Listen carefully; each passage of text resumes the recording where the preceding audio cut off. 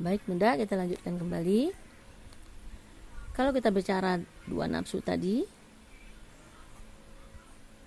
nafsu fujur itu dibentengi oleh tiga nafsu, yaitu nafsu hayawani atau nafsu hewan yang cenderung kepada perilaku binatang, contohnya tamak, rakus, tidak punya rasa malu.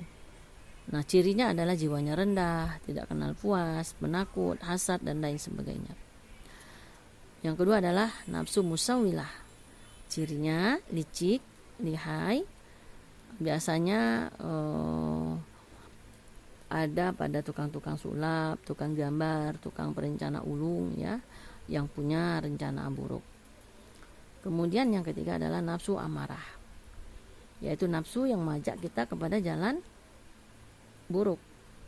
Cirinya dia kuat, nekat, kejam, kemudian pendorong, dan kadang-kadang juga mudah putus asa. Contohnya, awalnya manusia mempunyai potensi untuk melakukan kejahatan karena nafsu hewaninya.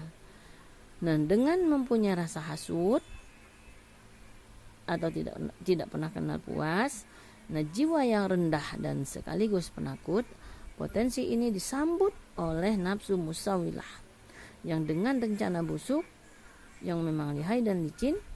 Nafsu ini berencana dengan segala bentuk kekejian dan kejahatan dengan cermat dan lihai.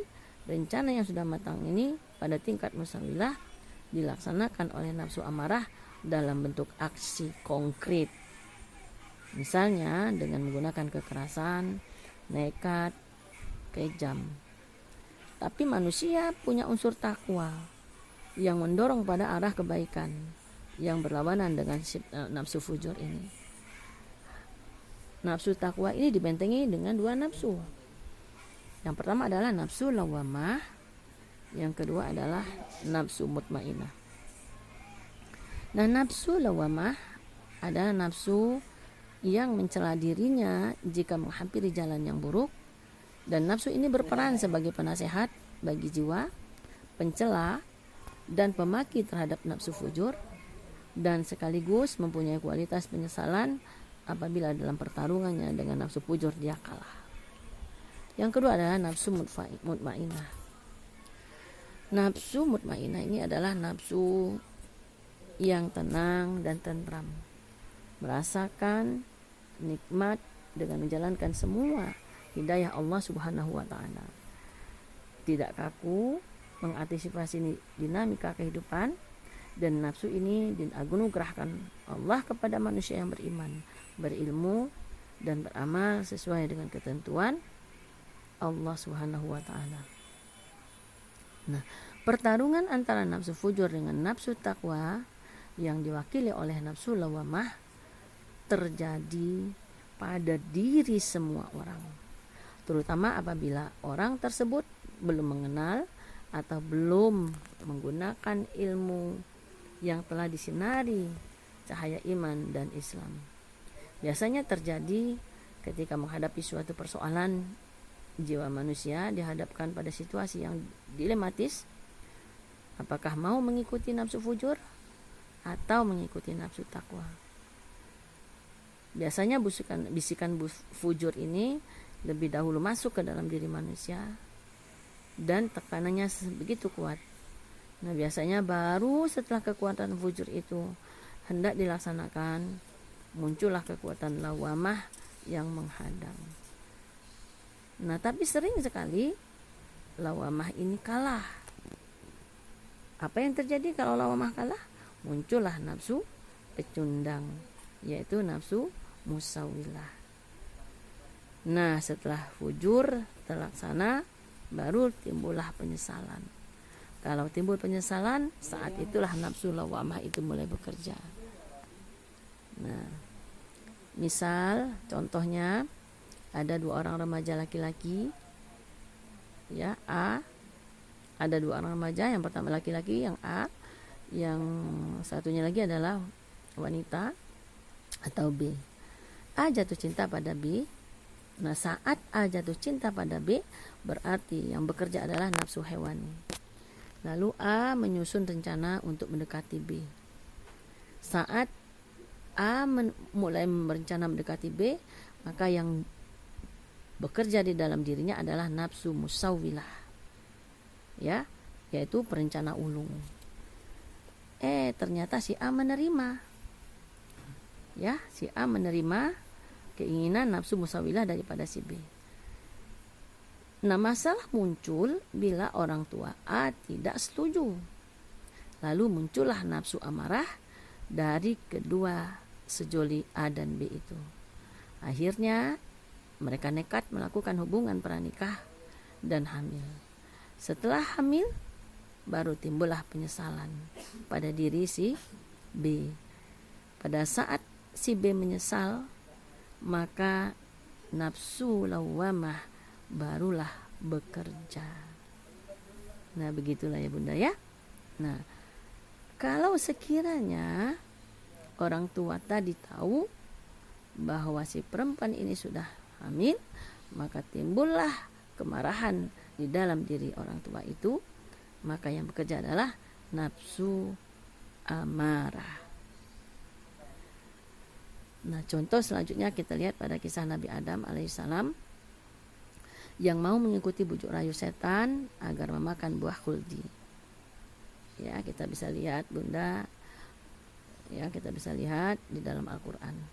Ya, akhirnya timbullah penyesalan di dalam diri Nabi Adam karena telah mengikuti nafsu fujur di dalam dirinya. Pada awalnya manusia tidak tahu apa sebenarnya iman dan amal sebagai dua kekuatan yang tersimpan oleh Allah Subhanahu wa ta'ala, kecuali setelah turun wahyu di dalam surat Asy-Syura surat ke-42 ayat 52, yang artinya, dan demikianlah kami wahyukan kepadamu wahyu Al-Quran dengan perintah kami. Sebelumnya kamu tidaklah mengetahui apakah Alkitab Al-Quran dan tidak pula mengetahui apakah iman itu. Tetapi kami menjadikan Al-Quran itu cahaya yang kami tunjuki dengan dia siapa yang kami kehendaki di antara hamba-hamba ini. Dan sesungguhnya kamu benar-benar memberi petunjuk kepada jalan yang lurus. Nah, untuk mendapatkan nur atau cahaya Al-Quran yang akan menuntun manusia kepada iman dan amal, yaitu Islam, kita harus memiliki ilmu, baik ilmu Allah maupun ilmu yang ada di dalam alam semesta ini. Nah, dengan ilmu itulah manusia akan mengetahui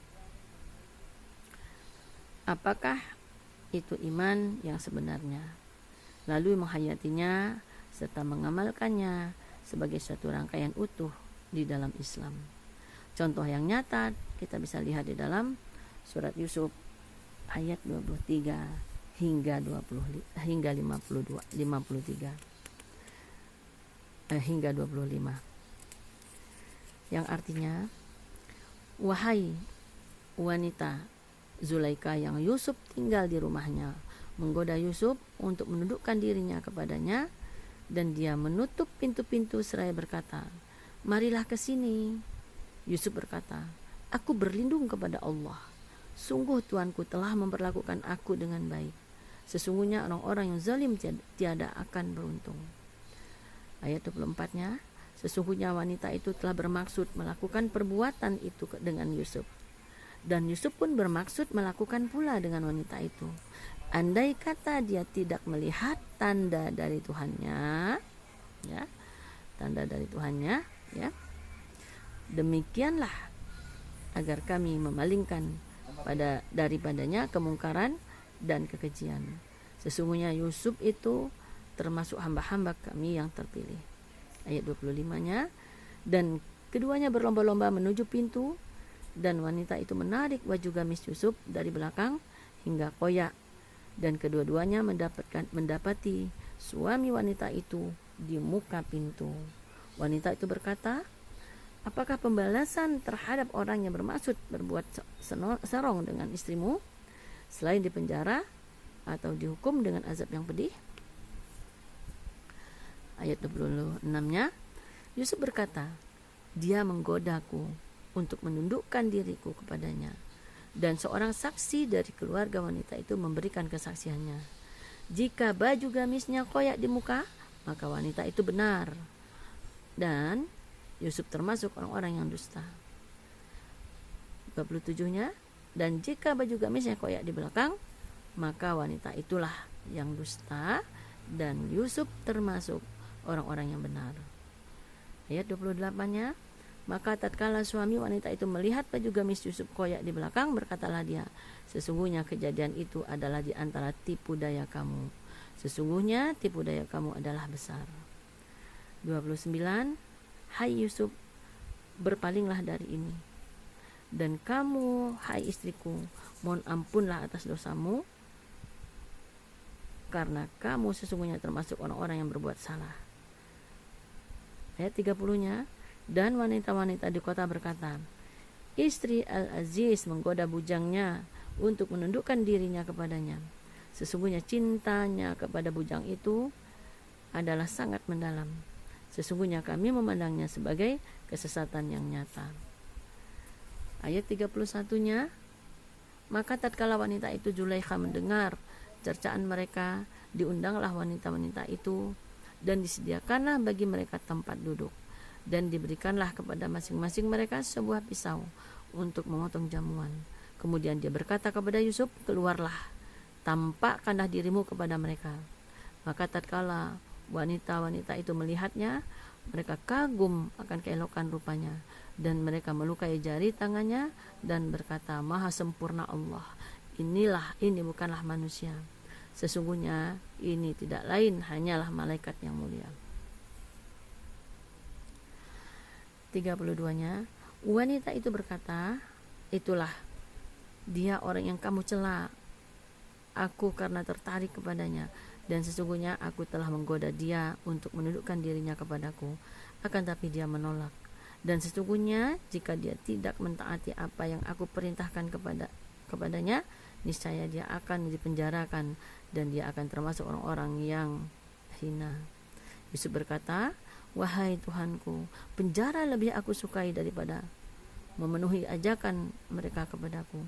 Dan jika engkau hindarkan diri daripadaku tipu daya mereka, tentu aku akan cenderung untuk memenuhi keinginan mereka, dan tentulah aku termasuk orang-orang yang bodoh. Jadi kalau kita melihat kisah Nabi Yusuf ini, inilah dia orang yang dipilih oleh Allah, yang diberikan sebagai contoh bagi kita semua. Bagi kita semua, bahwa dia berusaha keras untuk melawan hawa nafsu dan dengan bersabar dalam keadaan maksiat. Padahal mereka sama-sama punya keinginan untuk berbuat maksiat itu. Kita lanjutkan, Bunda. Kisah Yusuf ini terekam di dalam Al-Quran. Kalau Bunda terus membaca ayat tadi, itu adalah cerita tentang Nabi Yusuf, kemudian diberikan kedudukan yang istimewa oleh Allah sampai ayat 56-nya. Silakan Bunda baca sendiri, karena ini sudah bukan lagi tentang kemaksiatan ya, yang berbicara tentang bagaimana Nabi Yusuf untuk belajar menahan diri tentang kemaksiatan itu ya hanya sampai di ayat ini. Tapi silakan Bunda baca kembali kisah ini. Kemudian kisah berikutnya,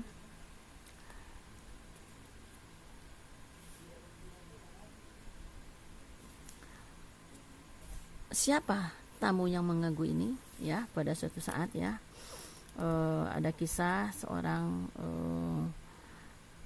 pengantin baru ya, seorang pengantin baru yang memang baru sudah menikah. Kemudian terdengarlah suara mengetuk di depan pintunya. Sang suami berkata, siapa tamu yang mengganggu ini? Berdirilah istri menuju pintu, kemudian bertanya dari balik pintu, siapa? Terdengarlah jawaban, saya adalah pengemis yang meminta sedikit makanan. Si istri lalu menyampaikan kepada suaminya, dia pengemis yang meminta sedikit makanan. Dengan penuh amarah, si suami berkata, hanya gara-gara pengemis ini istirahat kita terganggu. Apalagi kita sedang menikmati malam pertama. Selanjutnya sang suami bergegas keluar dan langsung menghantam pengemis itu secara bertubi-tubi. Sesaat kemudian terdengarlah rintihan dan ringisan si pengemis. Si pengemis pun berlalu membawa rasa lapar dan luka yang memenuhi ruh, jasad, dan kehormatannya. Si suami kembali menemui istrinya di dalam kamar pengantin dengan hati yang penuh emosi karena gangguan yang terjadi barusan. Sejurus kemudian si suami terkena sesuatu yang menyerupai penyakit kesurupan. Lalu dia merasa dunia menyempit dan menghimpitnya dengan keras. Lalu dia berlari keluar rumah dengan menjerit, meninggalkan istrinya yang ketakutan. Namun itulah kehendak Allah Subhanahu wa taala. Sang istri bersabar dan mengharapkan pahalanya di sisi Allah sehingga tidak terasa 15 tahun telah berlalu. Setelah 15 tahun dari peristiwa itu, seorang laki-laki muslim yang taat datang meminangnya. Dia menerima dan berlangsunglah pernikahan keduanya. Pada malam pertama, suami istri tersebut berkumpul di depan hidangan mereka, di depan hidangan pembuka yang telah disajikan. Tiba-tiba keduanya mendengar suara ketukan pintu. Berkata suami kepada istrinya, "Pergilah bukakan pintu." Si istri menuju pintu dan bertanya, "Siapa?" Pengemis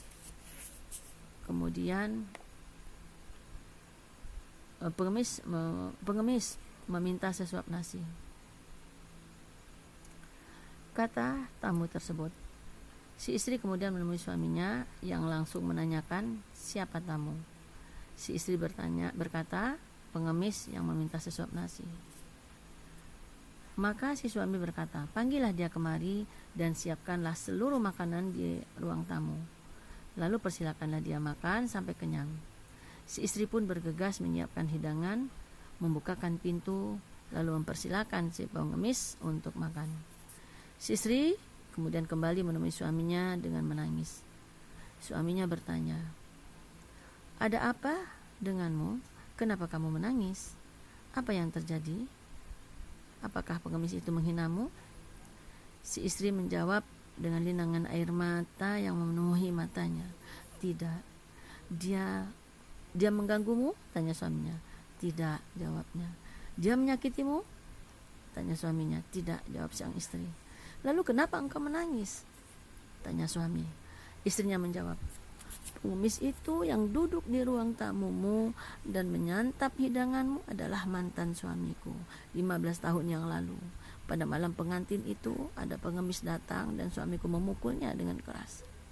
Setelah itu mantan suamiku kembali menemuiku dengan dada yang sempit. Aku menyangkanya terkena jin atau kesurupan. Dia lari meninggalkan rumah tanpa ada kabar sampai malam ini. Ternyata dia menjadi pengemis." Si suami tiba-tiba menangis. Maka istrinya gantian merasa berheran dan bertanya, "Apa yang membuatmu menangis?" "Adanya niatan seperti ini akan sangat menunjang munculnya kesabaran kita atas apapun pemberian Allah Subhanahu wa taala kepada kita." Nah, bunda-bunda semua, dari kisah ini kita bisa mengambil pelajaran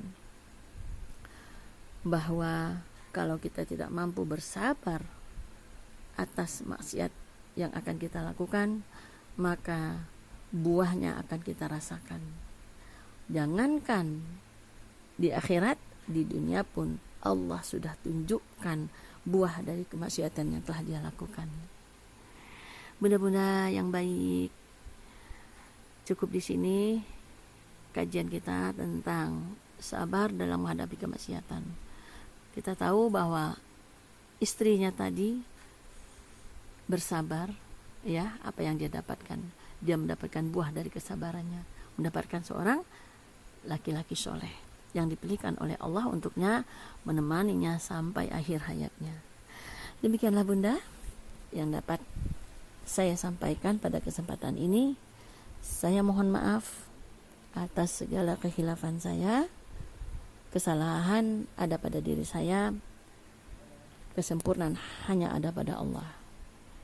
Saya akhiri kajian kita ini.